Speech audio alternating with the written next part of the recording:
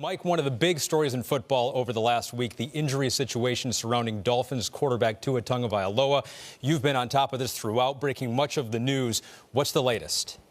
Two important things happening, Ahmed, between the NFL and the NFL Players Association. First, there will be changes made to the concussion protocol. And second, the investigation is ongoing as to whether or not the current protocol was followed last Sunday. As to the biggest change to the concussion protocol, the term we heard so much the past week, gross motor instability, the wobbliness from Tua Tagovailoa. In the future, when that happens, regardless of the reason, the player is done for the day. No exceptions and no loopholes. As the investigation, the NFL Players Association intends to ask Tua Tagovailoa this week a very simple question.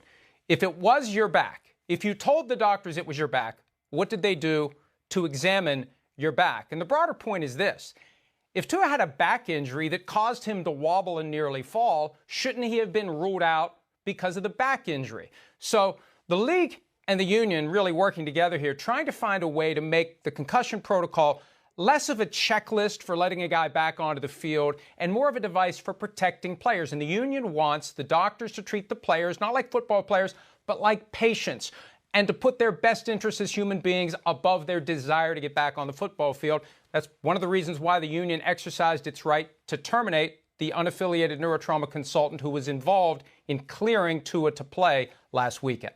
Yeah, thank you, Mike. It was good to see on Friday. Tua did release a statement saying that he is feeling much better. He is focused on recovering. For more, let's go back out to Tampa and Maria. Thanks, Ahmed. You know what Mike Florio said right there, that the players, they're not a checklist, but they're a patient is very important, because at the end of the day, it's unacceptable to have any mistakes made when it deals with head trauma or head injury. But we were sitting there in the screening room together. We watched Tua get hit. We also watched him stumble to get up.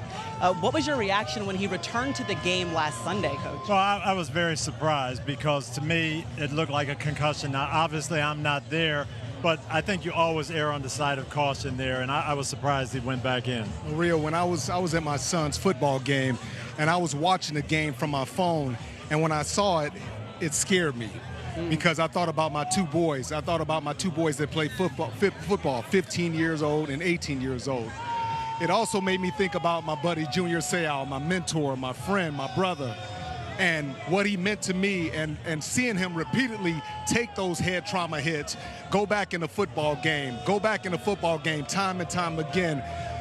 It just brought a lot of bad memories. Well, you bring up a strong point in the fact that, you know, players can't be allowed to assess themselves. There has to be some type of guardrails essentially protecting these players or patients, whether it's a concussion or not. Head trauma can have an everlasting effect on someone, as you said, with your former teammate, Junior Seau. But, Rodney, you played in this league for 14 years. 15. I'm sure you dealt with concussions, Rodney.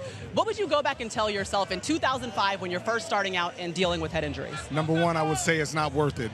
If I was that guy, Coach, I would get hit, my head, the entire stadium is spinning around, and I would go back into the game. It's not worth it, Maria. Yeah. And I would implore these young men, don't go back on that football field if you get hurt, because I don't want them to have to feel like me and so many other former players that had to deal with concussions, whether it's depression, anxiety, paranoia, broken relationships, not being able to communicate with your spouse and things like that. It's a lot. CTE takes you to a dark place, and I want these players to know it's not worth it. Please take care of yourself. Don't depend on the NFL. Don't depend on anybody. If something's wrong with your head, report it. And Rodney, your advice is good and it's true, but we understand that most of the players are like you when you were young, and they want to play. So those safeguards have to be in place, and they were in place. My last few years of coaching, I had so many guys come to me and say, Coach, I feel good, but they're not allowing me to play. That is the right thing to do. That's the way it should be. No one wants to send someone out there who is not healthy and not ready to go, but we can't rely on the player to tell them. We've got to rely on those tests. We've got to rely on the neurological findings.